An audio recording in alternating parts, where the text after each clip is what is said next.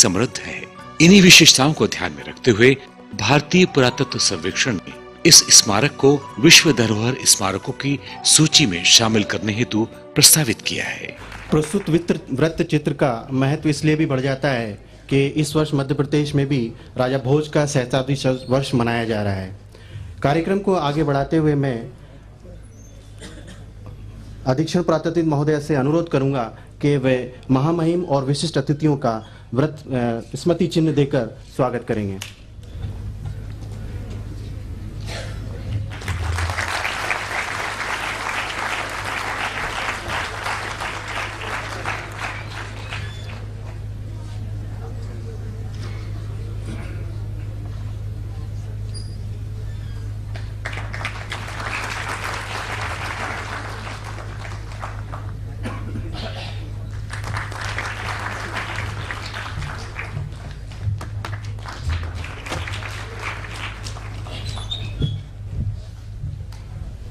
धन्यवाद सर।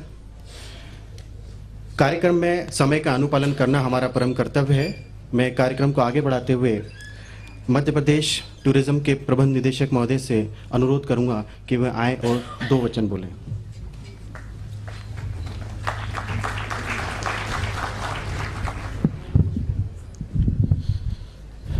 आज के समारोह के मुख्य अतिथि आदरणीय महामहिम राज्यपाल महोदय, मंच पर उपस्थित सम्मानित जन और दोस्तों, सबसे पहले तो मैं एएसआई को बधाई देना चाहता हूं उनके 150वें वर्ष के उपलक्ष्य में, और इस बार की और भी बधाई देना चाहता हूं मध्य प्रदेश में जो एएसआई काम कर रहा है।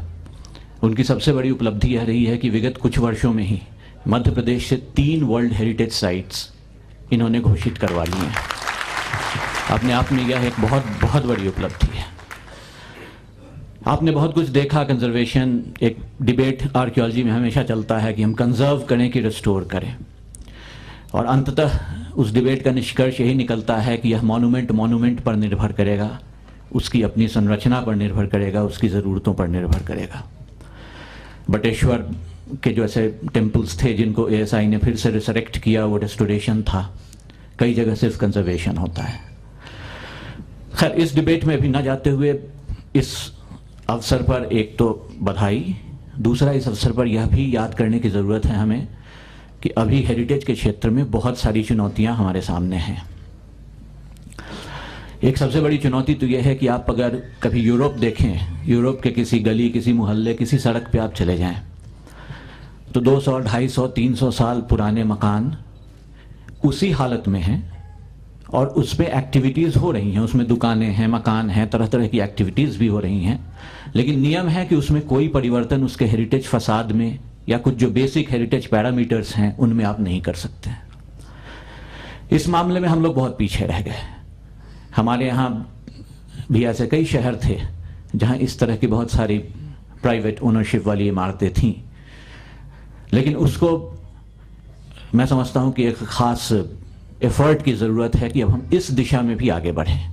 सिर्फ हमारे जो प्रोटेक्टेड मॉन्यूमेंट्स हैं, सिर्फ वही हेरिटेज नहीं बताते हैं।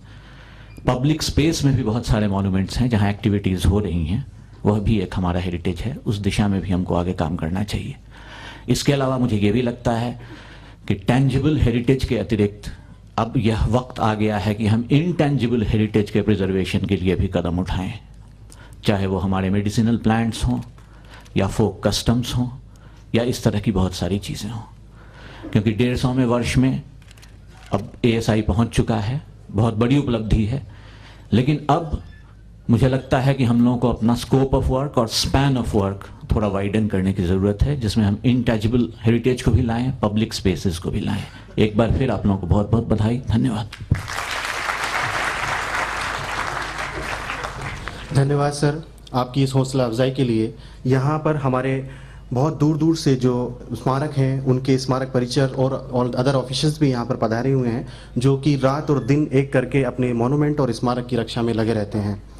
मैं अब आमंत्रित कर रहा हूँ डॉक्टर पीबीएस सेंगर साहब को, जो नई दिल्ली से महानिदेशक कार्यालय से भारतीय पुरातत्व सर्वेक्षण के प्रतिनिधि के रूप में यहाँ पर उपस्थित हुए हैं। डॉक्टर सेंगर साहब, निदेशक उत्तरी जोन।